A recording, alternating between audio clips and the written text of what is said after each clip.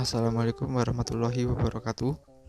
Perkenalkan, nama saya Muhammad Ravenska Amir Samarsyah dari HID dengan NIM 151210163. Di sini saya akan mempresentasikan tentang keutamaan sholat dan bahaya meninggalkannya. Pertama-tama, saya akan membuka presentasi saya dengan kutipan dari Ibnu Mas'ud yang dikutip dari kitab Sahihain.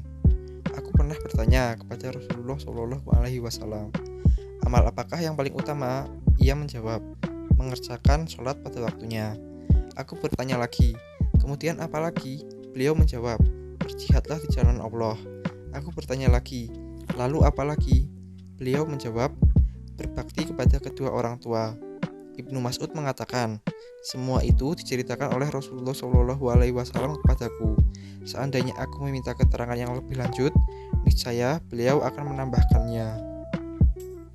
Yang pertama, keutamaan sholat. Apa itu sholat?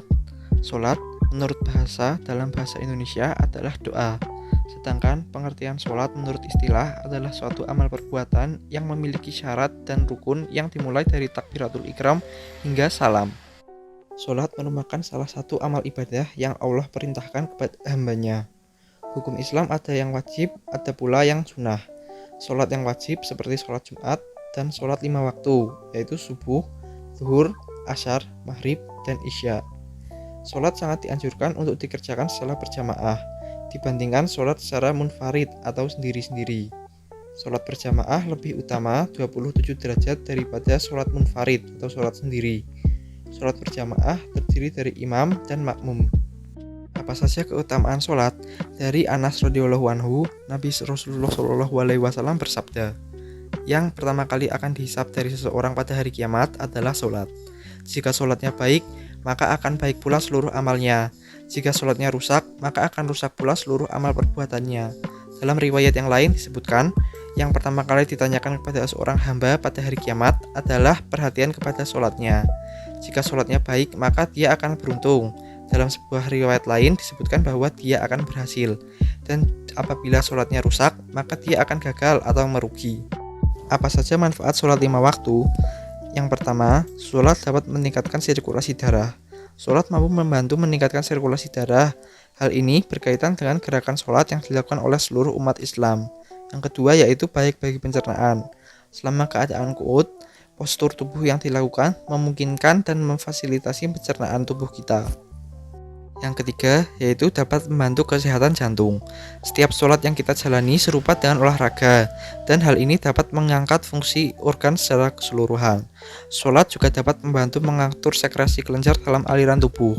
Kemudian yang keempat yaitu mengurangi stres. Dengan duduk dan menenangkan diri dalam sholat, kita dapat memberikan ketenangan pada diri kita dan menghilangkan stres pada tubuh kita. Bahaya meninggalkan sholat. Di antaranya itu yang pertama, mendapatkan dosa yang lebih besar daripada dosa lain. Ibnu Qayyim al-Jauziyah rahimahumullah pernah berkata, kaum muslim bersepakat bahwa meninggalkan sholat 5 waktu dengan sengaja adalah dosa yang besar dan lebih besar daripada dosa membunuh, merampas harta orang lain, berzina, mencuri, dan minum minuman keras. Yang kedua, meninggalkan sholat karena malas. Apabila seorang muslim meninggalkan sholat karena malas, maka diyakini oleh para ulama hal ini sudah setara dengan orang tersebut murtad atau keluar dari Islam. Yang ketiga yaitu 30 tahun dalam neraka. Seseorang yang meninggalkan sholat subuh secara sengaja, maka nantinya akan masuk ke dalam neraka selama 30 tahun, yang berarti sama dengan 60.000 tahun saat di dunia ini. Yang keempat, tidak mendapat ridho dari Allah. Sholat merupakan salah satu ibadah yang diwajibkan oleh Allah Subhanahu wa taala. Maka dengan meninggalkannya kita tidak akan mendapatkan ridho dari Allah Subhanahu wa taala. Kemudian saya akan berbagi beberapa tips agar kita dapat selalu rajin sholat. Yang pertama yaitu pahami manfaat sholat. Yang kedua, bertemanlah dengan orang-orang yang rajin sholat. Kemudian lakukan secara bertahap agar sholat ini dapat menjadi suatu kebiasaan. Dan yang keempat yaitu jangan selalu menunda-nunda sholat. Terima kasih sudah mendengarkan presentasi saya mengenai keutamaan dan bahaya meninggalkan sholat. Semoga kita dapat dijauhkan atas segala godaan yang dapat menjauhkan kita dari beribadah kepada Allah Subhanahu wa taala. Terima kasih. Wassalamualaikum warahmatullahi wabarakatuh.